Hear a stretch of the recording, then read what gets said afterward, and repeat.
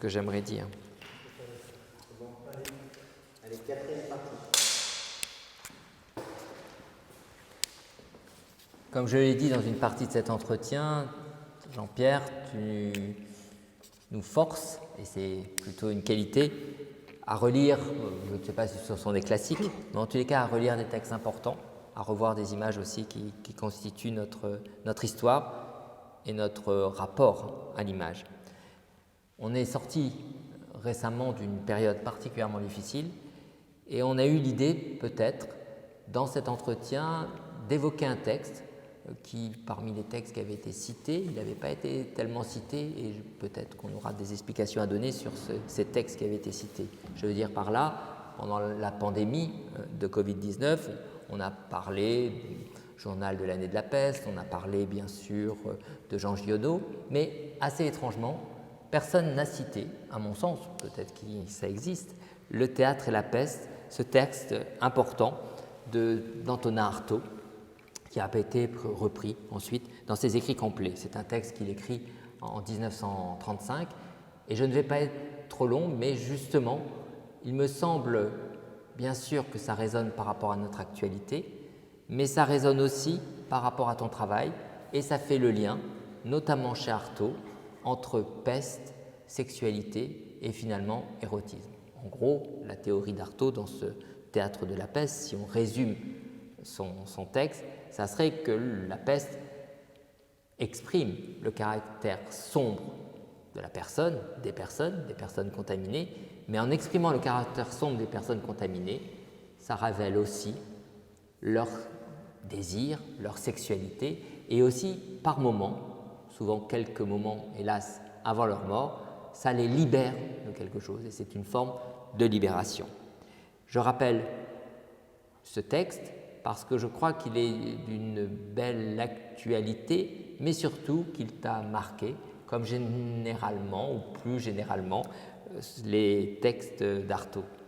Oui, c'est toi qui m'as proposé de parler d'Antonin Artaud, c'est vraiment un auteur que j'adore, et je voulais... en fait, j'ai dû lire Le théâtre et son double il y a longtemps, mais je l'ai recommandé et je l'ai relu récemment, ces jours-ci. Et je trouve qu'il parle du théâtre, mais bien sûr, il faut comprendre qu'il parle d'art de manière générale. Ça peut être la musique, la peinture, l'opéra. C'est tout ce qui fait que l'homme est créateur. Et j'aime beaucoup Artaud parce qu'il dit, par exemple, dans Le théâtre et son double, il dit... Parce que j'ai eu un peu cette même révélation que lui au Mexique. Il a eu cette révélation mystique, on peut parler de mystique, au Mexique. Donc il dit, au Mexique, puisqu'il s'agit du Mexique, il n'y a pas d'art et les choses servent. C'est une phrase très importante, ça sert. L'art ici en Europe, ça ne sert à rien quelque part, ça a disparu. Et le monde est en perpétuelle exaltation. Et ça, c'est fabuleux de vouloir vivre dans cette exaltation. Et on le sent dans ses œuvres, on le sent dans ses écrits. Et donc, pour en revenir au Covid, il dit dans Le théâtre et la peste, « Il importe avant tout d'admettre que, comme la peste, le jeu théâtral soit un délire et qu'il soit communicatif. » C'est-à-dire qu'on n'a pas parlé tellement de délire dans ce truc un peu fou, on est resté chez soi, et l'imaginaire n'a pas surgi comme on aurait pu le penser. Quelque part.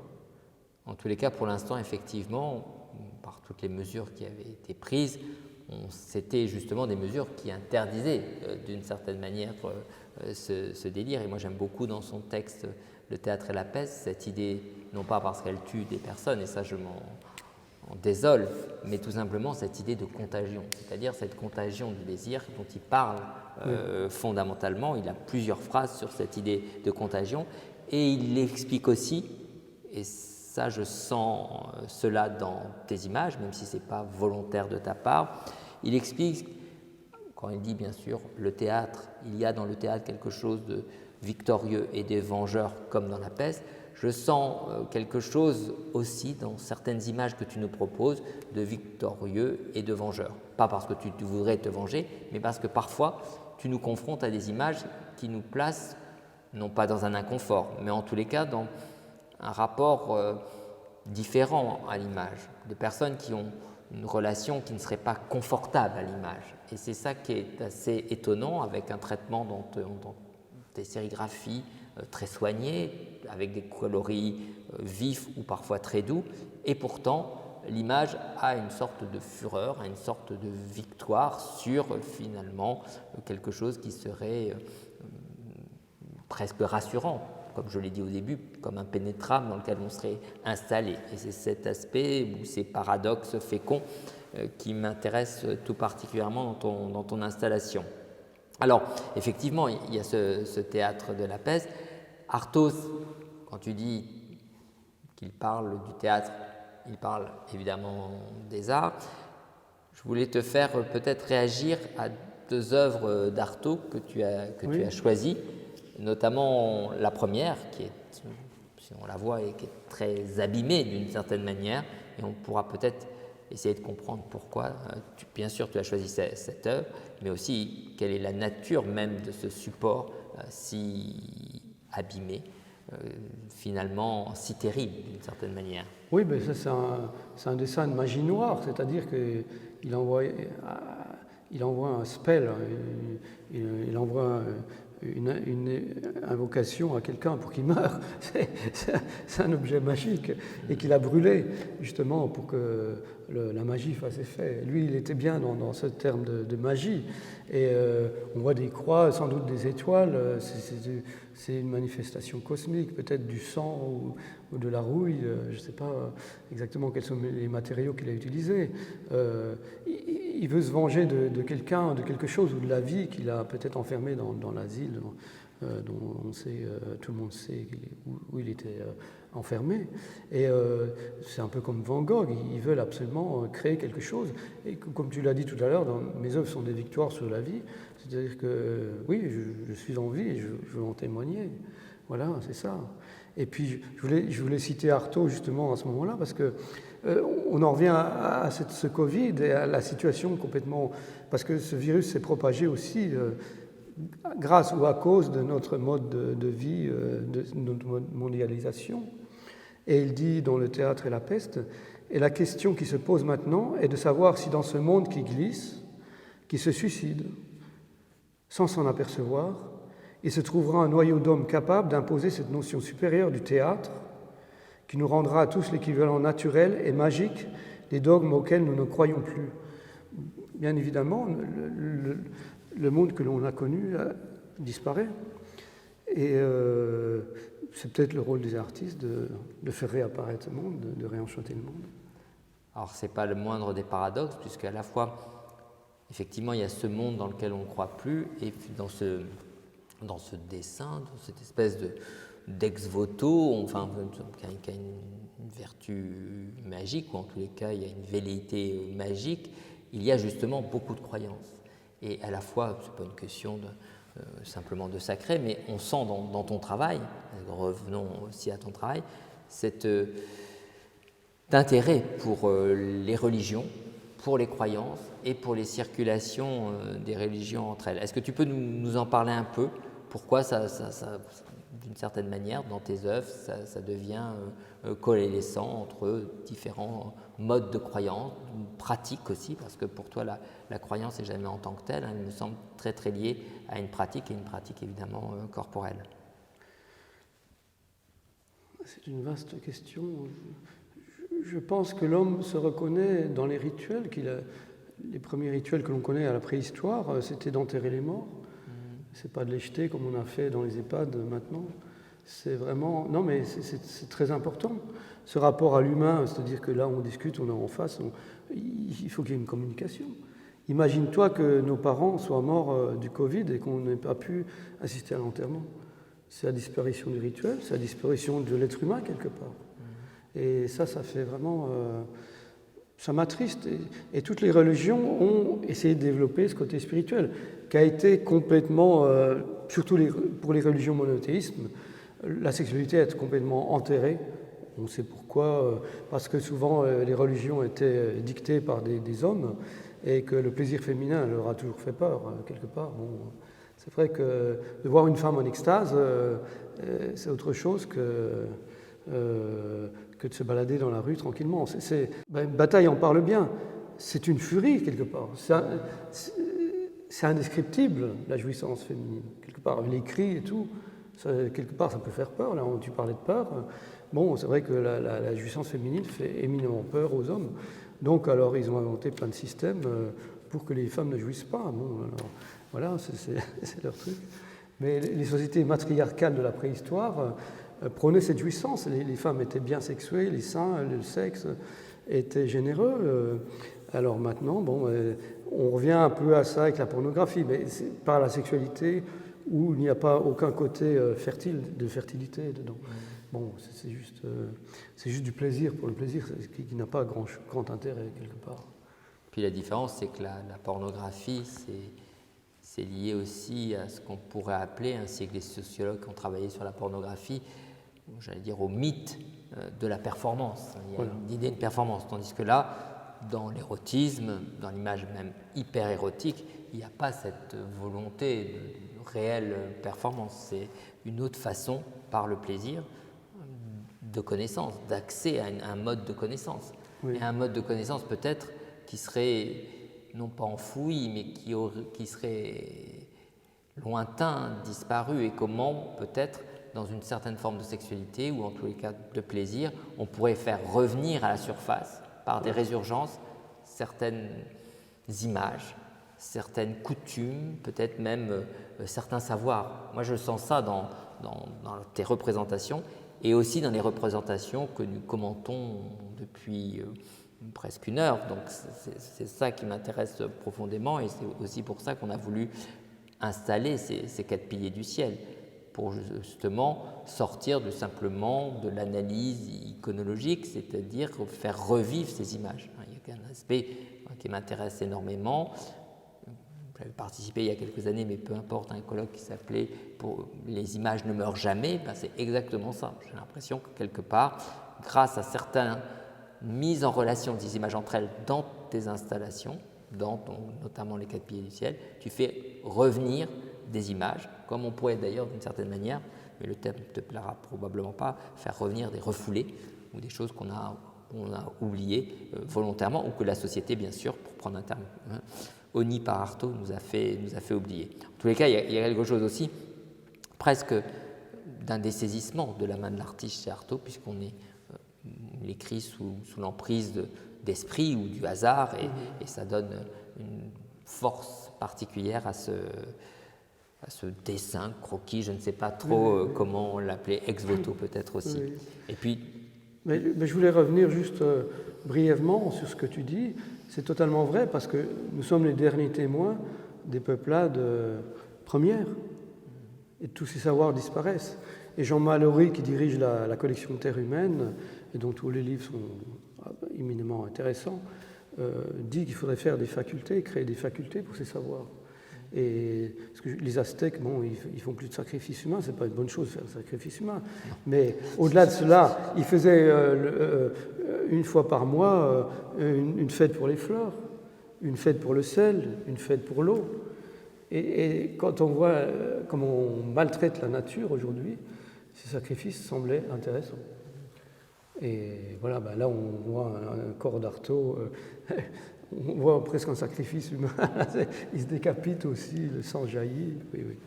C'est assez fort aussi. Oui. Et alors, il se décapite, mais il faut aussi se rappeler que Artaud, c'est lié aussi à sa pratique du théâtre, du corps de l'acteur dans le théâtre, et c'est aussi sa connaissance des mouvements surréalistes, et bien sûr de la revue acéphale, puisqu'on a parlé de Bataille, à laquelle Bataille a énormément participé, et donc de cette volonté de comprendre certains fonctionnements, et certains fonctionnements psychiques extrêmement enfouis. Tu avais sélectionné une dernière citation, oui, et j'aimerais bien que tu la lises parce que je la trouve particulièrement belle. Elle est toujours extraite de cet essai de 1935, Le théâtre et la peste, de ce texte assez court, et on reviendra peut-être et on pourra la commenter. Et c'est alors que le théâtre s'installe, le théâtre, c'est-à-dire la gratuité immédiate qui pousse à des actes inutiles et sans profit pour l'actualité. C'est parfait, c'est l'art, c'est la définition de l'art.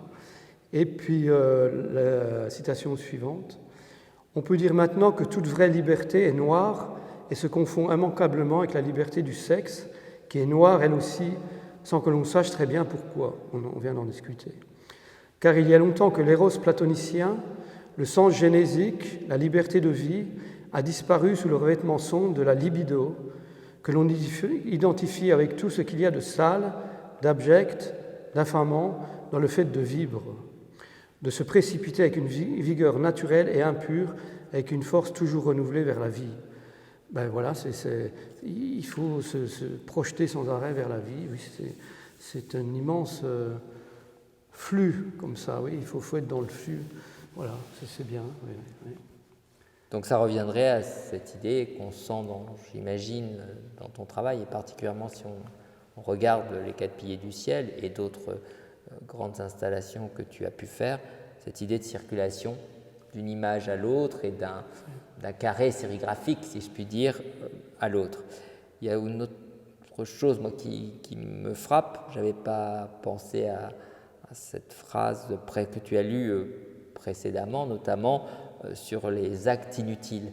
Est-ce que toi, si je te demandais un petit peu par rapport à cette citation, moi je retiens acte inutile et sans profit pour l'actualité, est-ce que tu pourrais un petit peu expliquer ce que tu veux dire? Simplement, bien sûr. C'est Artaud qui dit ça. C'est vrai qu'être artiste dans une société où l'art n'a plus aucune valeur, comme il le dit si bien, sauf commercial, c'est-à-dire que mes œuvres ont un intérêt, bon, grâce à toi j'expose ici, donc mes œuvres ont une valeur puisqu'elles sont présentées. Mais si les œuvres ne sont pas présentées et si elles restent dans un atelier, elles n'ont aucune valeur. Et aujourd'hui, une œuvre a une valeur parce qu'elle vaut 2 millions de dollars. Si ça ne vaut pas 2 millions, si ça vaut 10 €, elle n'a pas de valeur. Donc, nous travaillons, quelque part, nous travaillons gratuitement. C'est très difficile de vendre des œuvres d'art. Oui, c'est autre chose. C'est un peu un sacerdoce.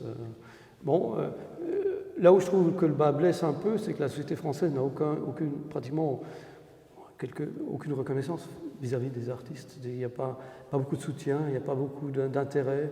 On écoute la radio, c'est très rare que des artistes plasticiens parlent de leur travail. Bon, peut-être sur France Culture, mais tous les intellectuels diront la même chose, sauf que ceux qu'on voit continuellement dans les médias. Mais je trouve qu'on n'a pas beaucoup d'écho. C'est pour ça que je me fais force de travailler, de faire des vidéos, des entretiens, comme on fait aujourd'hui, et de présenter mon travail, parce que je pense que grâce à l'Internet, maintenant, on a peut-être une audience un peu plus grande. Oui, puis je crois que ce qui est important, c'est qu'il y ait œuvre et qu'il ne faut pas se décourager de la difficulté de la reconnaissance critique. Et si Artaud s'était posé la question de la reconnaissance critique, peut-être qu'il serait devenu encore plus fou qu'il n'a été. Ce n'est pas tout à fait un hasard qu'il écrive Van Gogh ou le suicidé de la société, hein, c'est-à-dire, même si c'était une partie d'un mythe, où justement il y avait cette difficulté de reconnaissance. Et c'est cette difficulté de reconnaissance que j'entendrais aussi différemment, c'est-à-dire reconnaissance des signes, et notamment de signes qui puissent peut-être nourrir notre imaginaire. En tous les cas, moi, je n'avais pas pensé que tu allais citer cette citation, mais moi je regarde deux choses. Je regarde ces actes inutiles, je trouve très belle cette expression, parce que je crois que l'artiste est là aussi pour nous mettre en relation avec des actes inutiles, et aussi toi qui produis des images et qui aimes les images, hein, parce que c'est la nature même de ta création, sans profit pour l'actualité. Oui. C'est cette idée qu'on pourrait aussi imaginer qu'on produit, même si on n'a pas un retour, que ce soit financier ou un retour médiatique immédiat, qu'il n'y a pas ce retour de l'actualité, de l'image qu'on trouverait sur Internet. Au contraire, elle va chercher quelque chose de plus profond, et parce qu'elle va chercher quelque chose de plus profond, elle va peut-être chercher quelque chose qui restera dans le temps. Mais je l'espère, oui.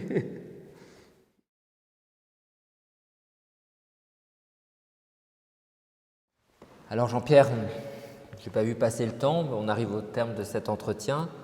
J'ai trouvé très riche. Je voudrais te faire réagir sur deux choses. D'une part, sur une œuvre que tu as choisie. Et j'aimerais que tu nous en parles parce que c'est une œuvre un peu énigmatique. Et puis ensuite, que tu lises une citation que tu as choisie aussi et qu'on puisse, en tous les cas, se quitter sur ces mots et sur cette réflexion ou sur ces réflexions. Oui.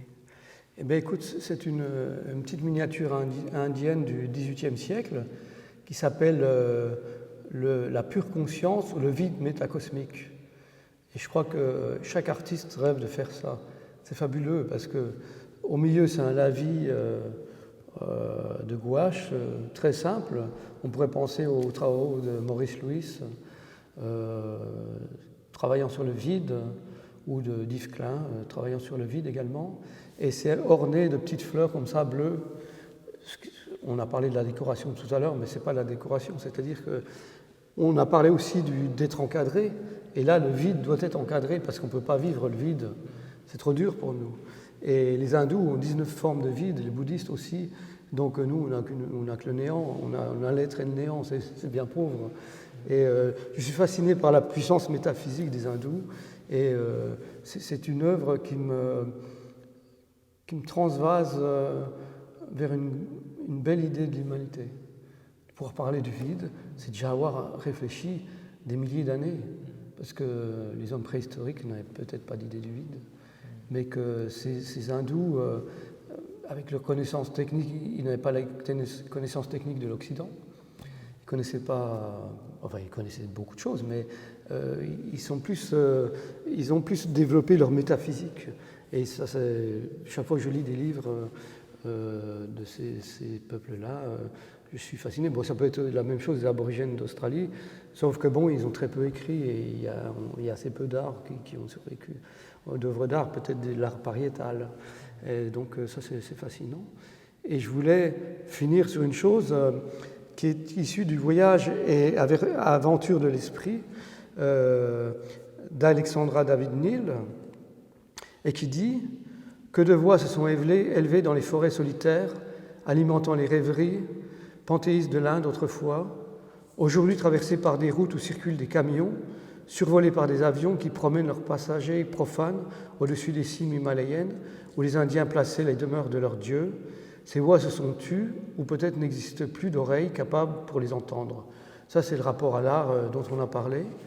Et puis, finalement, je vais finir sur L'art et la mort, qui est un texte issu de Bêtes, hommes et dieux, de Ferdinand Ossendowski, qui est un Russe qui a dû fuir la révolution russe et qui a pérégriné. Il est passé du Tibet à la Mongolie, il a passé des années comme ça en voyageant pratiquement tout seul.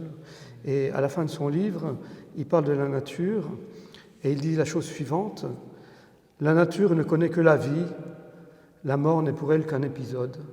Elle en efface les traces sous le sable ou sous la neige, les fait disparaître sous une végétation luxuriante de verdure ou de fleurs. » Et plus loin, il dit « Il y a de la grandeur dans cette indifférence de la nature envers la mort, dans son ardeur à ne connaître que la vie. » Et j'aimerais que mon art ne connaisse que la vie.